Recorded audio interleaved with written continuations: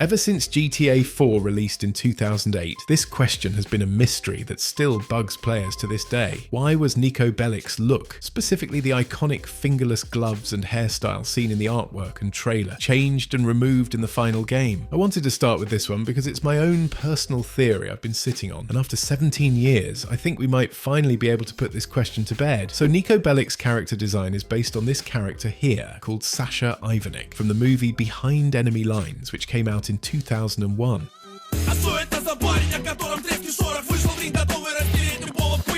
So, as you can see, Sasha is literally the perfect real-life version of Niko Bellic, and that's no accident. Rockstar actually tried to hire the actor who played Sasha, Vladimir Mashkov, to voice and possibly even do the mocap for Niko, but Mashkov turned the role down. He didn't go too deep into why, but in Russian interviews, it sounded like the money didn't wow him, or he just didn't quite get what GTA was all about. To be fair, back then a lot of film actors saw video games as second-tier work, especially if they'd already been in big Hollywood productions. So instead, Rockstar gave the role to Michael Hollick, who, as we all know, absolutely crushed it.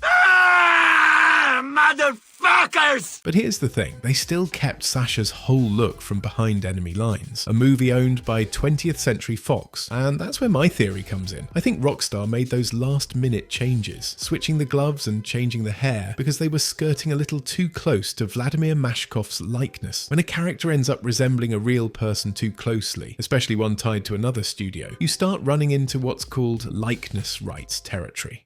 GTA, we gotta talk. Take two, we gotta talk. I'm really not trying to sue y'all. A good example of this is the whole Lindsay Lohan situation with GTA 5, where she claimed Rockstar used her likeness for the character Lacey Jonas without permission. You probably already know about this, it turned into a full-blown lawsuit, but eventually the courts tossed the case. Still, the case dragged on for 2 whole years, and the only real similarity between Lindsay and Lacey was that they're both blonde white women. Literally, that's it. So, if that was enough to get to court, imagine how strong Vladimir Mashkov's case could have been. Rockstar's never confirmed why they made those last-minute changes, but that just makes this theory even stronger. If Rockstar ever publicly admitted that Niko was directly based on Sasha or Vladimir Mashkov without securing the rights or having contracts in place, that would give Mashkov and Fox some serious legal footing. I don't know if it'd be a guaranteed win, I'm no legal expert, but it definitely could have led to some expensive legal headaches. Much easier for them to just ditch the gloves, tweak the hair a bit, and now he's your standard Eastern European tough guy archetype. Really, it's still the same Niko, but tweaked just enough to dodge any potential legal hassle. The fingerless gloves and beta hairstyle are technically still in the game, but they're only accessible with a trainer since there's no legit way to change Niko's hair or gloves through normal gameplay. Now up next, we have a theory that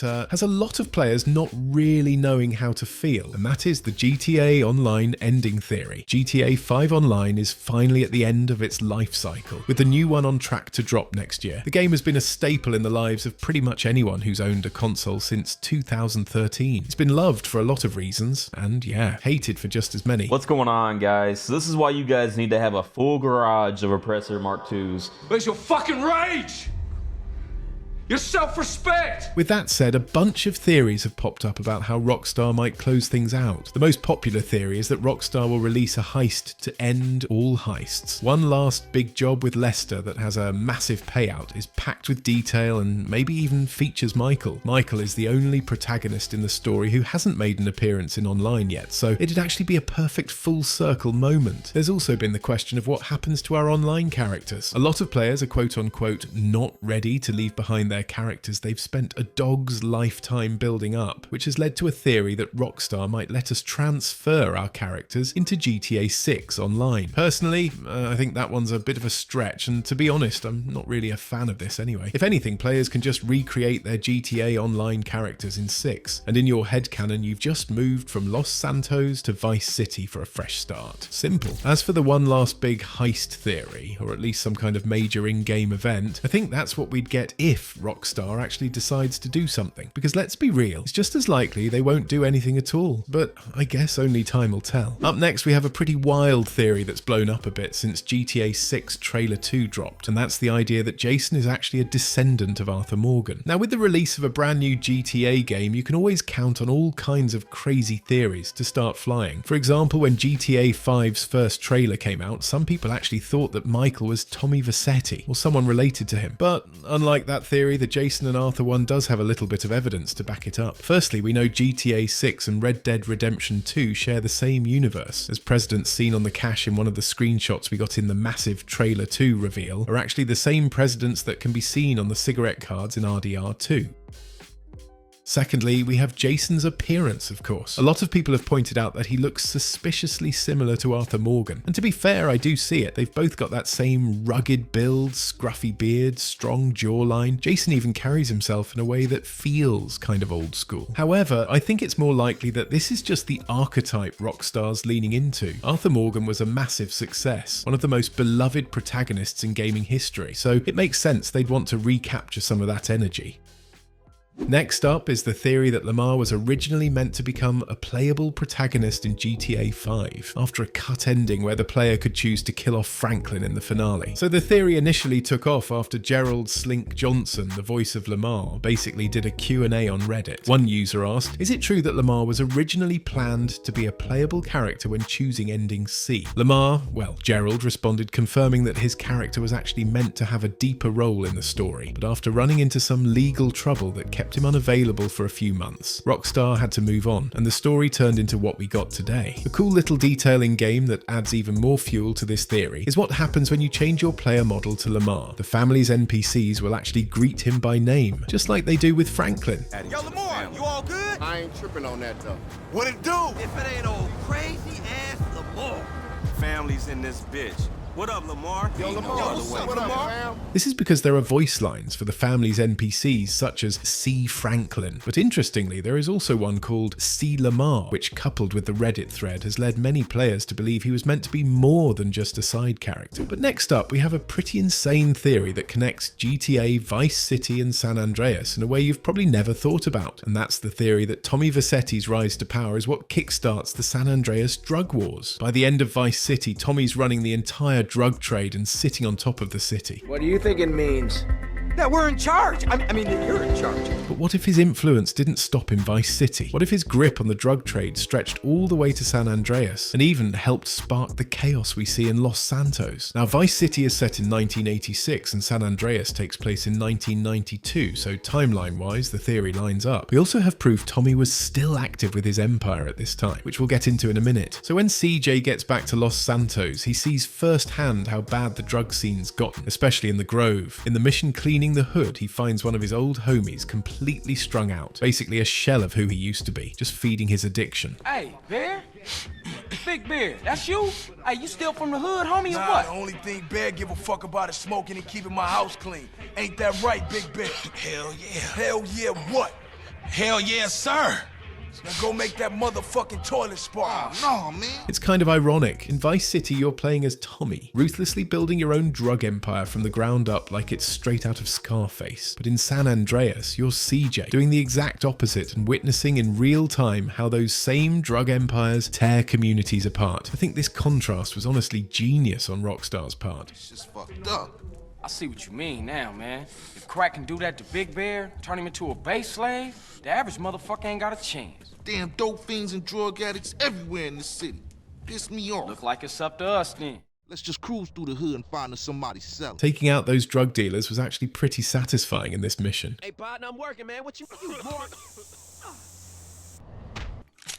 Whoa. I come in peace. Ken Rosenberg, who we see right beside Tommy at the end of Vice City, actually shows up in San Andreas as a surprisingly major character. After the events of Vice City, Tommy sent Ken to rehab at the Fort Carson Medical Center in San Andreas due to his coke habit going completely off the rails. I threw it all away.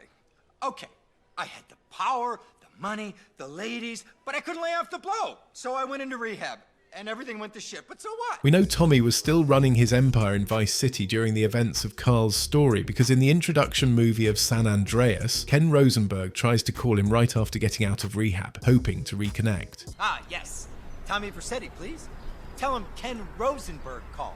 Oh, really? You told him I called? Look, I made that ingrate, and now he won't take my calls? But Tommy never picks up. Ken essentially gets iced out, immediately falling into the clutches of the mob in Las Venturas. So yeah, when you look at all the little pieces like Ken Rosenberg bridging Vice City and San Andreas, the drug trade suddenly exploding in Los Santos, and Tommy's empire still running strong, it's not too crazy to think he had the right connections to spread his influence and help ignite the drug epidemic in Los Santos. Next up, we've got a theory that's been stirring up in the community for well over a few years now, which is that GTA 6 will include an evolving map similar to Fortnite. The idea here is that Rockstar will gradually change or expand the world over time, adding new locations, events, and storylines through updates. It's a concept made popular by Fortnite, where the map constantly shifts with each new season. With how successful GTA Online has been, it's clear Take-Two and Rockstar is leaning more into the live service model. So map updates with new content, buildings, and locations, to me feels more like a when, not an if. What I really hope though is that we don't just get new stuff slapped on. I want to see buildings actually get finished over time. Like the Mile High Club in GTA 5 has sat there unfinished since the bloody game's release. If Rockstar plans to stretch GTA 6 across the next decade plus, dynamic map evolution like that is going to be key to keeping it fresh. Next up is a theory that continues to resurface when players revisit GTA 4, and that's what exactly Brucey Kibbuts might be overcompensating for with all his over-the-top alpha male energy. I'm all about power. Come on, touch my bets, man. No, thank you. Rock hard. I bench 450. I went, no. Yeah. In pretty much every cutscene for his missions, Brucey's working out like a maniac, obsessed with feeling more manly, even asking Nico to hit him. Hey! Hit me! What? Hit me, come on!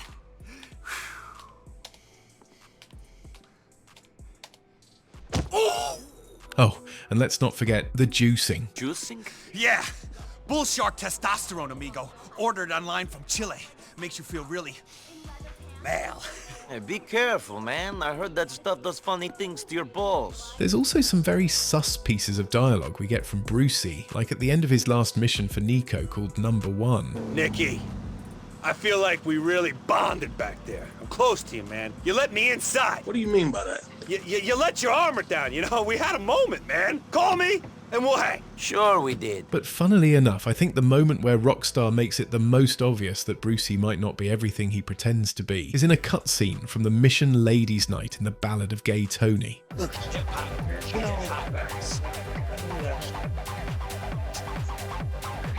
what's your problem, man? Nothing. I didn't mean nothing by it. I'm not gay. It's cool, man. Just don't do it again, man. Hey, look, I fucked 3 girls last night, man. One of them can't even walk. I mean, now, if she could walk before, she didn't need a wheelchair or anything. Look, I was just checking to make sure you weren't gay, bro. No, not a problem, man. I gotta go. One of Brucey's missions is also called Out the Closet, which is pretty ironic. So with all the desperate need to prove himself, the roid rage and questionable lines, Rockstar definitely seemed like they were hinting at something a little more going on with his character. Next up is the theory that Sweet Johnson was actually a terrible leader for the Grove Street families, which is what inadvertently causes Big Smoke and Ryder's betrayal. Let's break it down. Before CJ even gets back to Los Santos, Grove Street is already in shambles. They've lost most of their turf, half the OGs are either missing or 6 feet under, and the gang is broke due to Sweet refusing to sell drugs on principle. Hey, fool, we losing the streets, man. Nah, we just standing by our principles, homie. But our principles are making us bitches, man. Everyday ballers get stronger, and you and I get weaker. You and I get poorer, man. Man, that shit'll blow over. Oh, It always does. Now listen, morally, yeah, it's an admirable stand, but bro, you're literally the leader of a street gang full of thieves and killers, not to mention being one yourself. The Barlas and Vargos are moving weight, stacking cash and becoming stronger by the day, while the families can't even keep their corners green. Hey, you gotta keep it real, man. Man, nobody give a shit about the hood. I do. All they do is sell yay and ruin the place. No crack ever made a gang type. Oh, no, man. Big Smoke probably never wanted to kill Sweet initially, after all their childhood friends, but Sweet's refusal to adapt was driving the whole gang straight into a dead end, both literally and figuratively. If he'd just agreed to get into the drug game, even just to keep the families alive, maybe Smoke wouldn't have felt the need to take matters into his own hands. And if that didn't happen, then Beverly Johnson wouldn't have been caught in the crossfire in what was really an assassination attempt on Sweet. Sure, that would have killed the entire plot, since CJ only comes back to San Andreas due to his mother getting hit, but from this angle you can kinda see why Smoke and Ryder jumped ship. Sweet was offering nothing but blind loyalty to a dying set and a war they were already losing. Ultimately, Sweet's pride did more damage to the families than any rival gang ever could. Up next is one of the more out there theories in this video, which is that Woozie Moo, aka Woozie from San Andreas, might actually be faking his blindness. Shit! Man, damn! How you do that? Now, we all love Woozie. Personally, he's easily one of my all-time favourite characters in GTA as a whole. You do know that I'm black, right?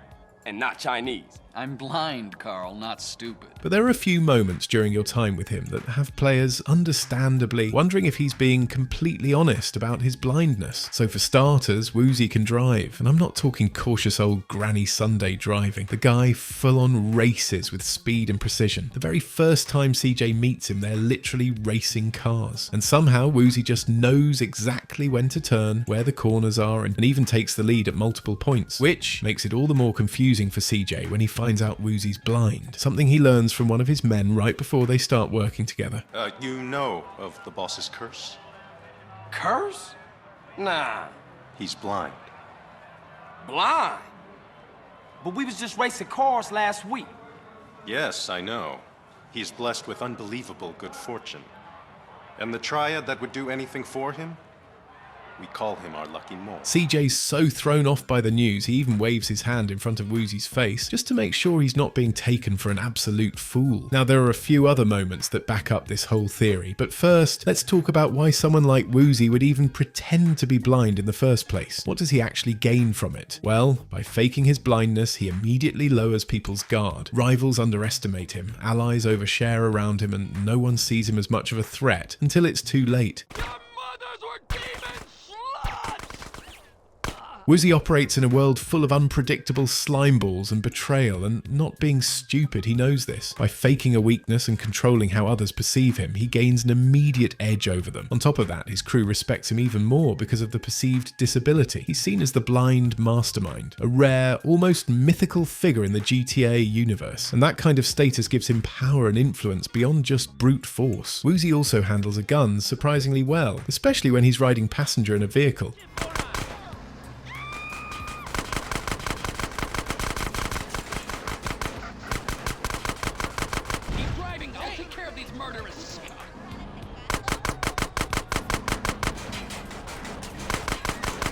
Some might say that aim is a little too accurate for someone who supposedly can't see. He's also weirdly good at video games, as seen in an alternate cutscene for Amphibious Assault, where he straight up whoops CJ in a game. In the water? What you mean? Can I swim? Yeah. Can you swim well? No, I can't. Shit! Man, damn! How you do that? You'll only get this cutscene if your lung capacity isn't high enough to start the mission. So yeah, maybe Woozie really is just built different. Boss, take a look at these two chips. One's a fake. That's amazing. You didn't even touch him. Or maybe he's been playing 4D chess this whole time. But one thing's for sure, underestimating Woozie, that might just be the last mistake you ever make. I have a confession to make. I'm blind. No shit. Yeah. Although I've trained my other senses to a point where you wouldn't notice my handicap. Next up is the theory that Rockstar might be hiding a third playable character in GTA 6. So this theory has actually been floating around for a couple of years since the mega leaks and Trailer 1, but now that Trailer 2's out, the theory has evolved, to the point where fans think they've figured out exactly who it is, the cop from Trailer 2. What makes this guy so interesting is that he shows up in multiple cutscenes, and none of them seem to feature Lucia or Jason. Then there's the body cam footage from Trailer 1, which is clearly shot from a cop's perspective. And while some fans thought it might be Jason with the whole undercover cop theory, Trailer 2's deeper look at his backstory makes that idea seem very unlikely. We also know the story's built around a Bonnie and Clyde style concept, which raises another possibility. If Rockstar stays true to that inspiration and decides to kill off Jason and Lucia by the end, just like the real Bonnie and Clyde, then this third character, the cop, could step in as the survivor. Kind of like how you take over as Jack in Red Dead Redemption 1, or play as says John in the epilogue of RDR2. Now, while I think the chances of something like a full-blown third protagonist are very slim, the idea of a third character being playable during a specific part of the story is literally the only thing I could see happening on the off chance Rockstar have gone down that route. Up next, we've got a theory that dives into one of GTA's biggest unspoken rules: why you never see kids anywhere in the GTA universe. Now, obviously, the real-world answer is because putting children in a game like GTA, where over-the-top chaos, violence, and mayhem are part of the core gameplay, would be insanely controversial. It's just not a good look, and definitely not worth the legal and media firestorm that would follow. Rockstar's already walking a tightrope with the content they do include. But with that said, fans have been tossing around theories for years, trying to come up with a proper lore reason for why kids are never seen in the GTA worlds we roam around in. So the first, and I'd have to say my favourite theory, is that all the children and teenagers in the GTA universe are sent to year-long boarding schools in different cities like Bulworth Academy. It's a simple, logical explanation that fits right into the universe. And you could say it's backed up by GTA 4, where an in-game TV commercial actually features Bulworth Academy. Now, Chloe is best friends with Jill von Krastenberg. Her daddy gave her a pair of diamond miners for her 12th birthday, and after she could walk again, sent her to 15 of the most exclusive boarding schools, all at the same time, and got her a treehouse. You are a mental case.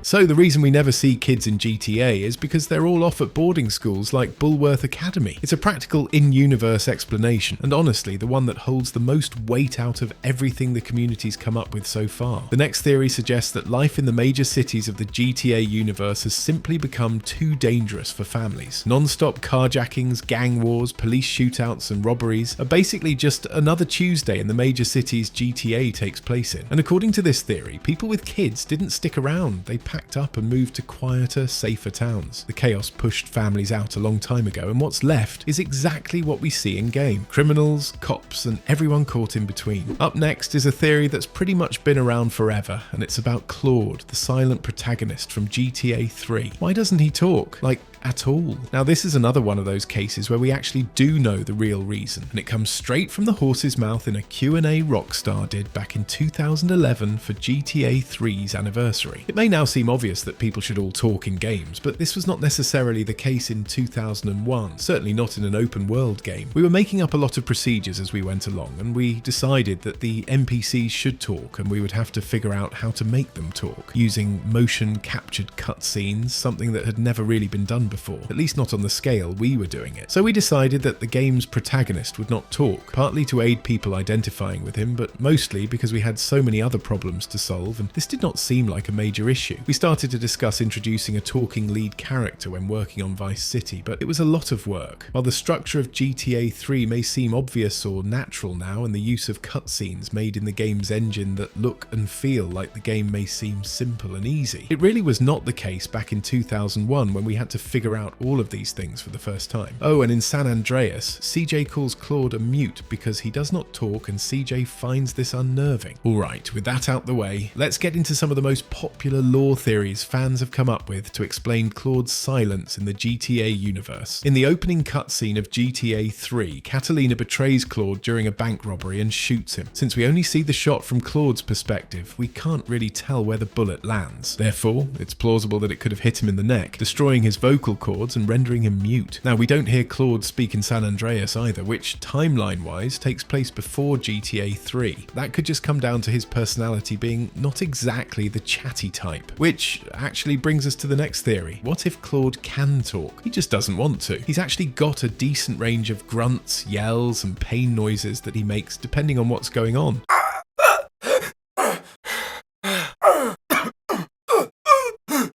So it could be that his vocal cords are working just fine. He's just silent by choice. And honestly, that to me just makes him even more intimidating. Next up is a theory about one of the most unexpected moments in GTA 5's story. Why does Michael headbutt Franklin if you try to save him in option B of the final mission?